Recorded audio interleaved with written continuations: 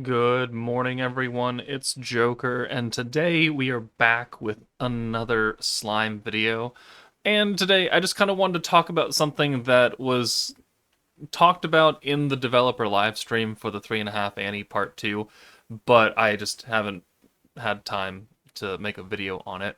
But that is the confirmation that they are already working on things for the fourth anniversary. So in November of this year, this is their little official thing saying in November 2025, new features, new nation building districts, and more are in the works.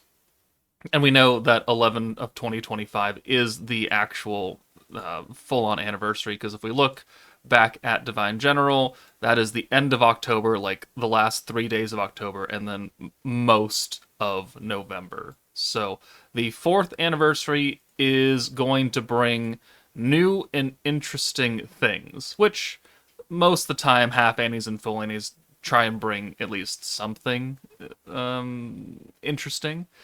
But this is the first time they've ever really confirmed that we're getting something huge for the fourth anniversary. Like they have never mentioned it up until now that the fourth anniversary is even a thing, which assuming everything goes fine for the game, then we know that a fourth anniversary is coming. But what does this actually mean? What can we expect out of new features and more?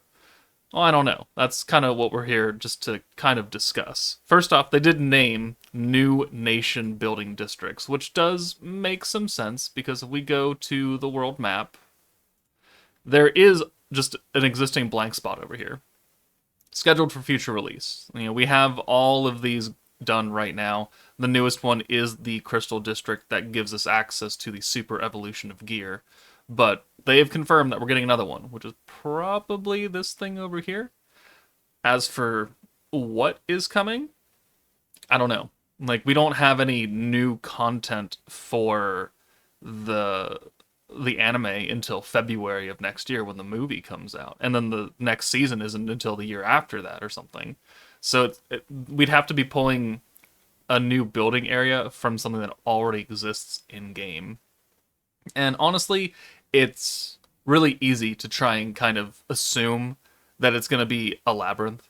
Romulus is labyrinth, Veldora is down at the bottom. If they want to give us some kind of roguelike uh, thing where it's kind of like Tower of Isis, but not because you can pick your teams and there are missions that restrict you, but it's not like you start out as one character at random and as you progress further down you pick up more.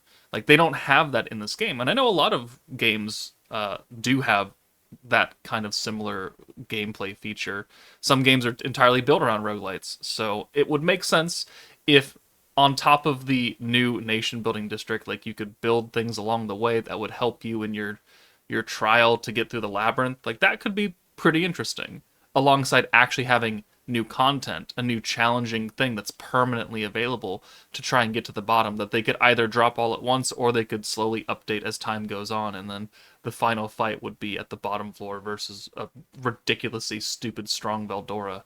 Like I could see that being fairly successful depending on how well they implement it, which sometimes they do well and sometimes they don't do well. But that's already like two checkboxes clicked for new features and a new nation building area. So I think that would be quite interesting. The next thing we got to talk about is something that was in the data uh, earlier in April, and that are these kind of different icons. So it's like a switch button, and there's an aura that is active, and like a switch aura kind of button, and there was an aura that is turned off. So this was named Transformation. I don't know if that's from the developers or if it was named by the data miner. I would like to think that it was named by the developers. So there is some sort of transformation metamorphosis gimmick that is going to come. Now, since this was added in early April and it is now early May, obviously no one has had this function yet, but transformation is something that could be done in this game considering a lot of characters transform. Carrion. Rimuru technically transforms from slime to human form. Milim can go into her Drago mode. Veldora can turn into dragon mode. Like, there are a lot of characters who can do transformations, and the fact that it's 3.5 years in and they have just not implemented that at all is kind of astounding. Maybe they're just trying to figure out a way to do it. But if we look at a game that I used to play, Grand Cross, they had an Attack on Titan collab many times, and the game functionally kind of plays the same way, where once you get Aaron's ult in his normal form, he will transform into his Titan form. So here we go, here's his ult, and then he just bites himself, and then boom, transforms into Titan Aaron. Like this, you could do this in the game because it's not hard to get an ult in Slime. Like you can rush that really quickly, and then you could just be in your new form, have it in completely different move set, like completely different skills, maybe not a different trait, but probably super janked up buff stats, and you would be doing insane levels of damage with brand new skills that would be much more powerful. They'd probably want you to get an EX ult to make it fair because we're in the era of EX units. But if they can implement that and implement transformation characters in some kind of fashion like this, I think they could do it. Now, I think Grand Cross kind of got crapped on because by doing this, they didn't implement transformations very well. I don't really remember because this was also from 3 years ago. I don't remember the discourse about that and exactly why it wasn't so great. I just know that transformation characters aren't very good in Grand Cross. That's what I remember. But that is certainly something else that could be added into the game, probably pretty easily. And I think it would do well because I like Milim. If we can get a transforming Milim, if people like Velzards, they can get transforming Velzard. I don't know if they've ever shown her dragon form though in the anime, so I don't know. Veldora, obviously, many other characters can do some kind of transformation. I mean, I would love Albus into her battle mode snake form because so far the only version of that we have is a fucking free to play protector. Not even new. No, it's not even new. It's Vengeance, isn't it? Vengeance. Yeah, here we go. And it's just her picture. Like she doesn't have actual animations or anything, so very unfortunate. But I would very much like that. All right, the final thing that I'm going to talk about in this video, at least, is looking at these filters: attribute, attack type, and tactics. I think if they can add something new to any one of these, would shake the game up quite a bit. Maybe another element could be, I mean, I don't know what element we would get after this. you know, people from the early times might suggest that we get a time element because that was maybe listed in the data, but that ended up not taking place. So I'm sure there's a player who doesn't play anymore who would scream at the top of the mountain that a time element should exist with the masked hero being here now and pretty prevalent. But a new element could be interesting. It would be type advantage against everything, or super effective against all. I don't know.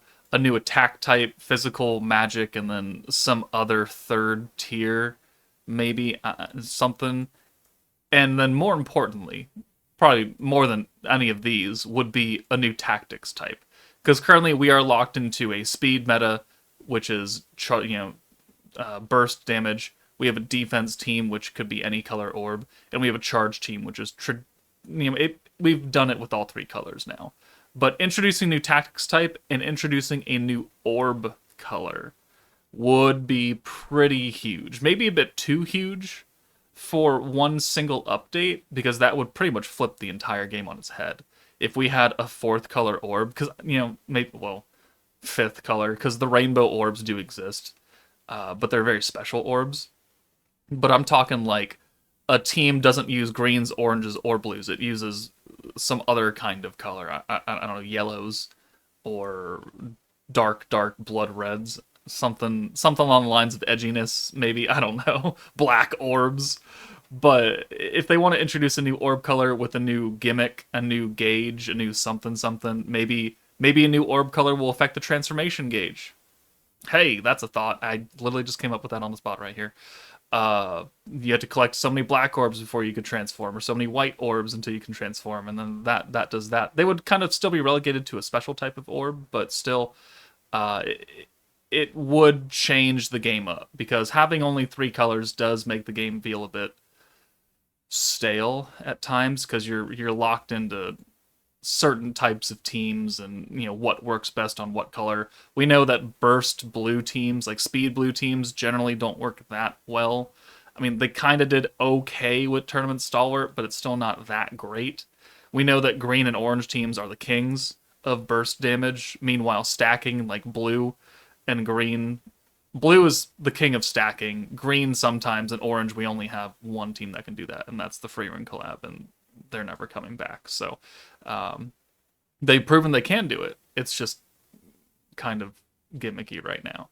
So we do have certain orbs that are very, very good for very certain teams, and the other ones can be used, but not as efficiently. If they want to introduce a new color, make it good at doing something new, or good at all 3 of them, or something like that, I don't know. But I think that could be also an interesting mechanic to bring in for the upcoming 4th anniversary. And I know we're doing this now, and it's the 3.5 anniversary, and we're probably a day away from the second banner of the meta. But they told us about this now, so we're going to talk about it now, and then maybe they'll drip feed us over the next 6 months leading into the 4th anniversary. And maybe it will be something completely different, because it probably will, because it's Bandai, and they like to do things that the players don't like until about 2 years later, after we're all done screaming about it. But let me know what you guys think about this initial video, these concepts that I brought up. Would you like to see some of them or all of them implemented? What else would you like to see change about the game in terms of new features? Maybe not quality of life updates, because there are still quite a few that we could get, but brand new things that you would like to see come to our game to make it better and more enjoyable. Let me know your thoughts, but that's it from me. Take it easy, and I'll see you all later.